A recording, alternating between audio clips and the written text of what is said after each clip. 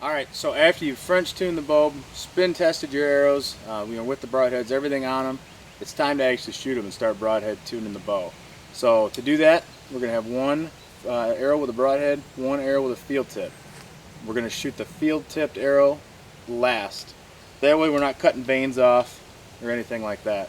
So we're just going to go ahead, 20 yards or so here. That's going to be our first shot. Shoot this broadhead and see where it falls.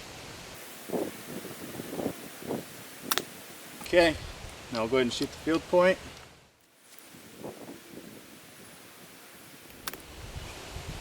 Alright, so it looks like the broadhead is to the right. So what we're going to do here, we're actually going to move our rest. It's going to be super small increments, and we're going to follow the field tip.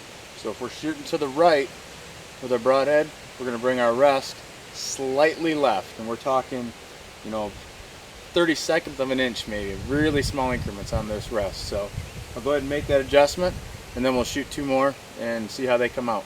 Okay, second round here, I've made that adjustment to my rest, and what we're looking to achieve here is not so much point of impact, it's going to be grouping. We want that field tip and that broadhead arrow right there together. If they're a little bit right, if they're a little bit left, if they're a little bit high, it doesn't matter as long as they're grouped together. Once you get them grouping, then you can adjust with your sights, but we just want them grouping nice and tight together. So let's go ahead and take another shot with both and see if we've gotten any closer.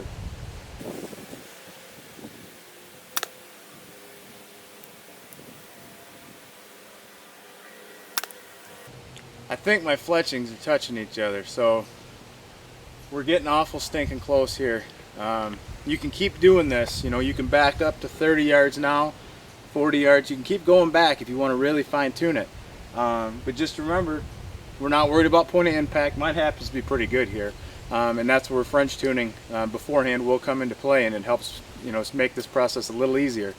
But just remember, make super small adjustments to your rest when you're moving it during these tuning processes, and to go the way that your field tip is. So if your field tip is sitting to the left, you want to move to the left. If your field tip is a little bit low and your broadhead's high, you're going to move your rest down just slightly. Remember, these are super small adjustments. You just keep doing the same process and just keep backing up until you feel like you're to your comfortable distance, and that you've got the bow tuned to the best of your shooting ability.